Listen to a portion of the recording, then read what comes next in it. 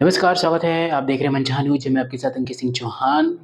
जिस तरह से लगातार हम आकांक्षा दुबे की खबरें लगातार दिखाते आ रहे हैं, अब हम आपको वह वीडियो भी दिखाने वाले हैं जिसमें पुलिस प्रशासन की टीम जब मौके पर पहुंची, तहकीकात किया, मीडिया से बात करते हुए प्रशासन की टीम ने क्या कुछ कहा है, वो हम आपको जल्द ही इस वीडियो में बताते हैं। लेकिन उससे पहले अगर बता दें तो पुलिस प्रशासन की जो टीम थी मौके पर पहुंची, तहकीकात किया, जाँच किया, पड़ताल किया। इसके बाद जब उनका बयान आता है तो उन्होंने कहा कि यह प्रथम दृष्टया आत्महत्या का ही प्रतीत होता है, लेकिन किन वजहों से हुआ है उसकी हम जाँच कर रहे हैं।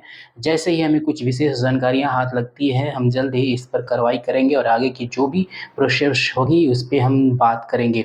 आइए देखते हैं मीडिया से बात करते हुए प्रशासन की टीम ने आकांक्षा दुबे की घटना को लेकर क्या कुछ कहा है। ये होटल सौमेंद्र है, थाना सारनाथ अंतर्गत। यहाँ पे हमें सूचना मिली कि एक महिला ने यहाँ पे रूम नंबर 105 में फांसी लगा ली है।